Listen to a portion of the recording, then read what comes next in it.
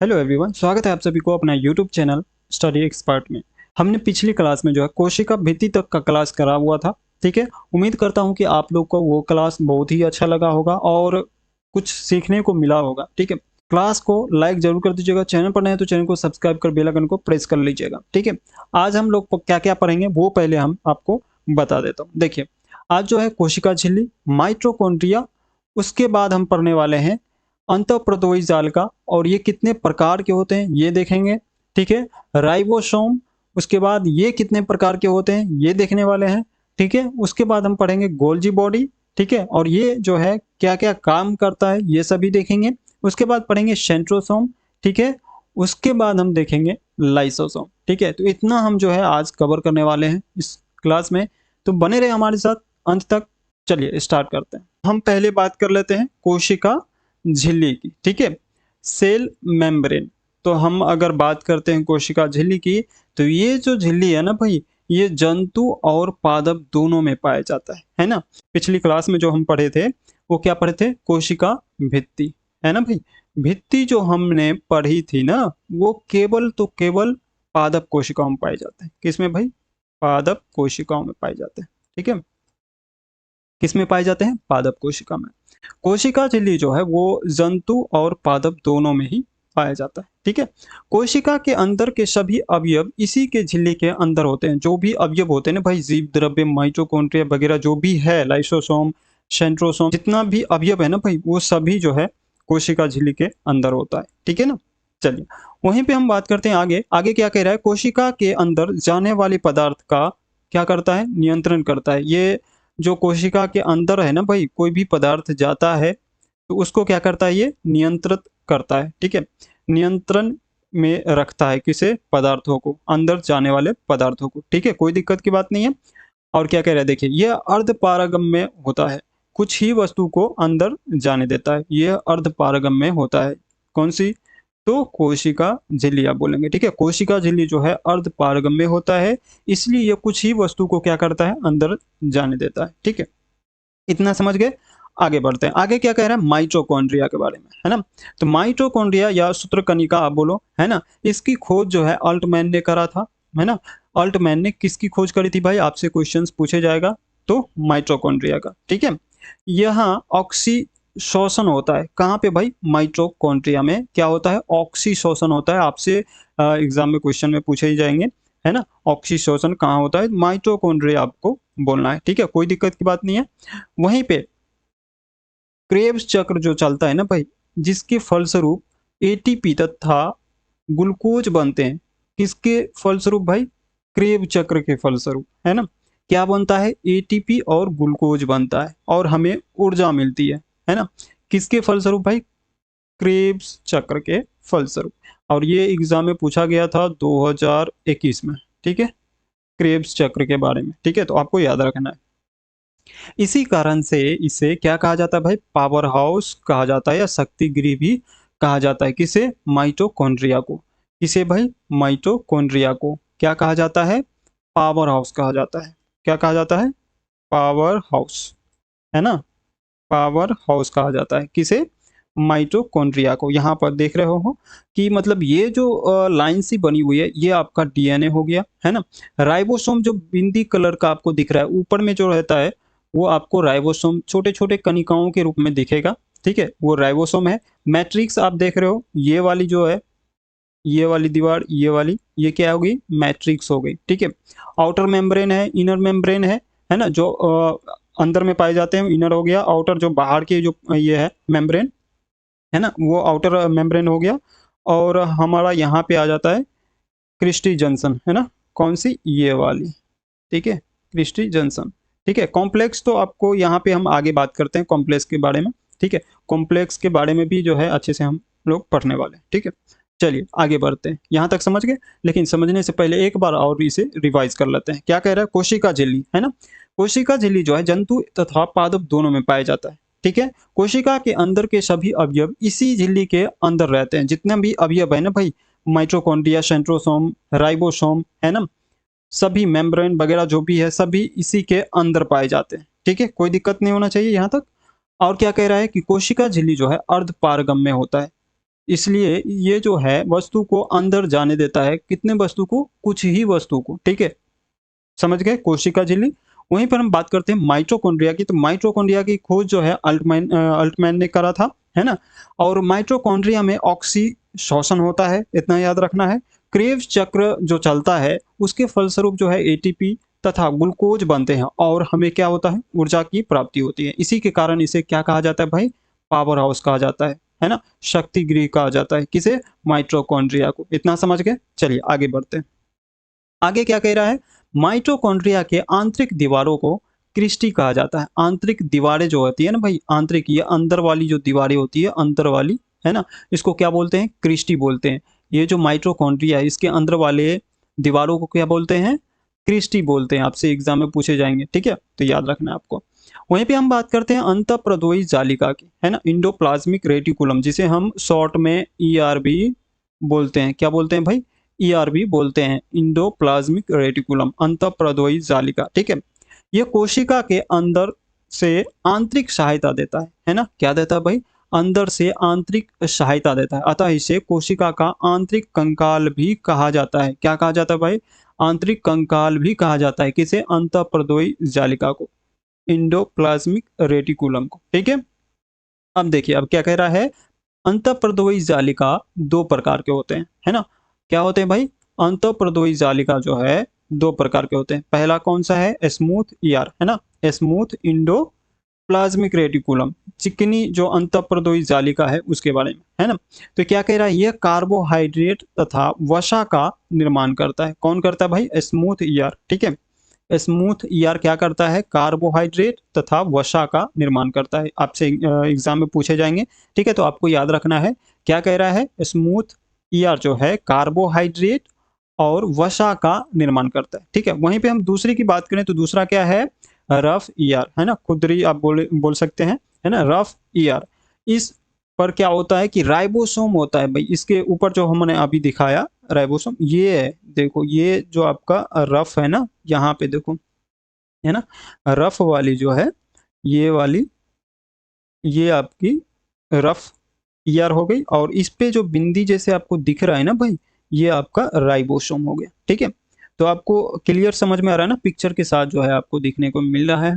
और यहाँ पे देखिए, स्मूथ इंडोप्लाज्मिक रेटिकुलम जो आपको दिख रहा है, ये वाली है, यहाँ ये वाली जो भाग है ना भाई, ये अवयव जो है, ये आपका क्या हो गया, स्मूथ इंडोप्लाज्मिक, है ना, रेटिकुलम, और ये आ गया आपका रफ ईआर। कोई दिक्कत की बात नहीं है ना, चलिए याद रखेंगे। क्या कह रहा है, माइटोकॉन्ड्रिया के आंतरिक दीवारों को क्रिस्टी कहते हैं, इतना समझ गए। अंतःप्रद्रवी जालिका यानी कि इंडोप्लाज्मिक रेटिकुलम, जिसे हम शॉर्ट में ईआरबी बोलते हैं, ये कोशिका के अंदर से आंतरिक सहायता देता है, अतः इसे कोशिका का आंतरिक कंकाल भी कहा जाता है, किसे, अंतःप्रद्रवी जालिका को। ये जो है दो प्रकार के होते हैं, पहला स्मूथ ईआर, दूसरा रफ ईआर, ठीक है। पहला स्मूथ ईआर जो है ये कार्बोहाइड्रेट तथा वसा का निर्माण करता है, और दूसरा रफ ईआर है जो राइबोसोम जो है इस पर पाया जाता है, और ये प्रोटीन का निर्माण करता है। किसका भाई, प्रोटीन का निर्माण करता है। ये मैंने पार्ट छोड़ दिया था, है ना, किसका निर्माण करता है, प्रोटीन का, है ना, प्रोटीन का निर्माण करता है, ठीक है भाई, किसका निर्माण करता है, प्रोटीन का निर्माण करता है। तो इतना सब समझ में आ गया, याद हो गया होगा, याद अभी से करते जाना है, ठीक है। नोट बनाना हो तो बना सकते हो, अच्छा रहेगा, ठीक है। चलिए आगे बढ़ते हैं, आगे क्या कह रहा है, राइबोसोम, है ना। अब जो है हम पढ़ेंगे राइबोसोम के बारे में, तो जो भी इंपॉर्टेंट पॉइंट्स है ना वो हमने कलेक्ट करी है इस वीडियो में, ठीक है।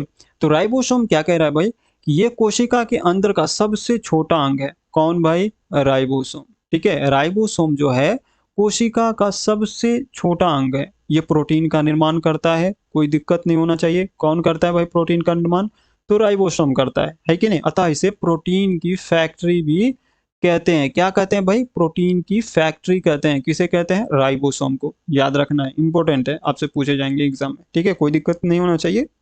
चलिए अब क्या कह रहा है, ये दो प्रकार के होते हैं। कौन भाई, राइबोसोम, है ना। राइबोसोम जो है वो दो प्रकार के होते हैं।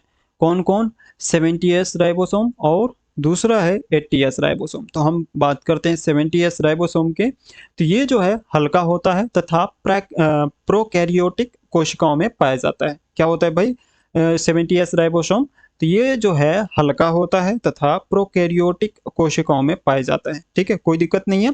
उसके बाद बात करते हैं हम एटीएस राइबोसोम की, है ना। ये भारी होता है और ये जो है यूकैरियोटिक कोशिकाओं में पाया जाता है। यहाँ पे देखिए ये 70S राइबोसोम है ना, आपको दिख रहा होगा, यहाँ पे दिख रहा होगा बिंदु और यहाँ पे दिख रहा होगा। ठीक है, ये जो है हल्का होता है 70S राइबोसोम और क्या होता है, प्रोकैरियोटिक कोशिकाओं में पाया जाता है। और एटीएस जो है वो भारी होता है और यूकैरियोटिक, है ना, कोशिकाओं में पाया जाता है। तो इतना तक ही आपको याद रखना है। उसके बाद जो है आपको एक बार जो है पुनः हम जो है रिवाइज करवा देते हैं। क्या कह रहा है, राइबोसोम यह कोशिका के अंदर का सबसे छोटा अंग है। ये प्रोटीन का निर्माण करता है। कौन करता है भाई, राइबोसोम, है ना। अतः इसे प्रोटीन की फैक्ट्री भी कहते हैं। प्रोटीन की फैक्ट्री किसे कहते हैं भाई, राइबोसोम को, है ना। ये जो है दो प्रकार के होते हैं, पहला 70S राइबोसोम, दूसरा 80S राइबोसोम, है ना। 70S राइबोसोम जो है यह हल्का होता है तथा प्रोकैरियोटिक कोशिकाओं में जो है पाया जाता है। ठीक है, दूसरा हम जो बात करेंगे 80S राइबोसोम की, तो यह भारी होता है तथा यूकैरियोटिक कोशिकाओं में पाया जाता है। इतना तक समझ गए, कोई दिक्कत नहीं है। चलिए आगे बढ़ते हैं। आगे क्या कह रहा है, गोल्जी बॉडी, है ना। गोल्जी इकाई के बारे में हम थोड़ा सा जानकारी ले लेते हैं, है ना। इसकी खोज जो है कैमिलो गोल्जी ने करी थी। किसकी खोज भाई, गोल्जी बॉडी की, है ना। गोल्जी इकाई की खोज जो है किसने करी थी भाई, तो कैमिलो गोल्जी ने करी थी। आपसे पूछे जाएंगे, इसका जो है क्वेश्चंस बनता है तो आपको एग्जाम में पूछे जाएंगे। ठीक है, तो आपको याद रखना है।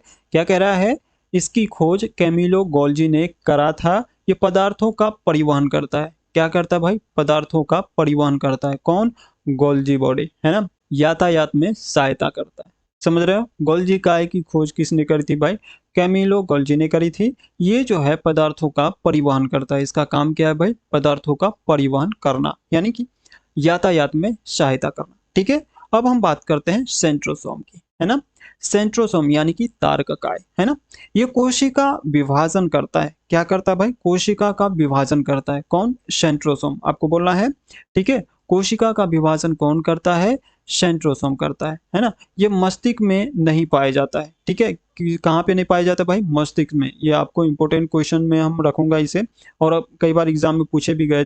आपसे एग्जाम में पूछा गया था कि सेंट्रोसोम जो है बॉडी के किस भाग में नहीं पाया जाता है। इस तरह से क्वेश्चन जो है पूछे जाते हैं, तो आपको याद रखना है इसे। ठीक है, उसके बाद क्या कह रहा है, जिस कारण तंत्रिका कोशिका में विभाजन नहीं होता है। जो तंत्रिका कोशिका जो होती है ना भाई आपकी, उसमें जो है विभाजन नहीं हो पाती है। क्या कह रहा है, सेंट्रोसोम, है ना, यानी कि तारककाय, ये कोशिका का विभाजन करता है और यह मस्तिष्क में नहीं पाया जाता है, जिस कारण तंत्रिका कोशिका में विभाजन नहीं होता है। यह केवल और केवल जंतु कोशिका में पाया जाता है। यहां तक समझ गए।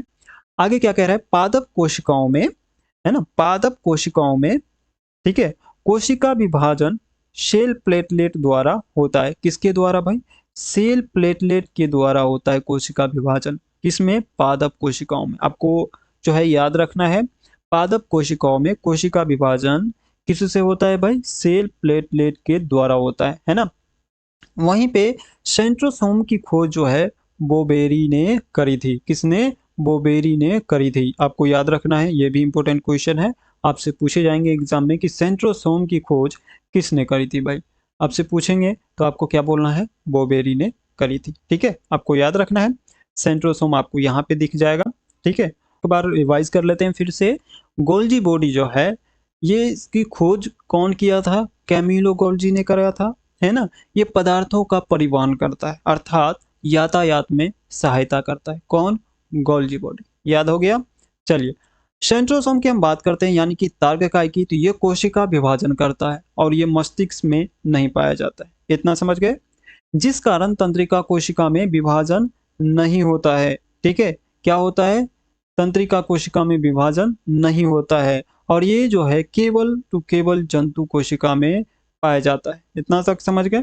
चलिए आगे क्या कह रहे हैं, पादप कोशिकाओं में कोशिका विभाजन जो है सेल प्लेटलेट के द्वारा होता है। किसके द्वारा भाई, सेल प्लेटलेट के द्वारा। याद हो गया।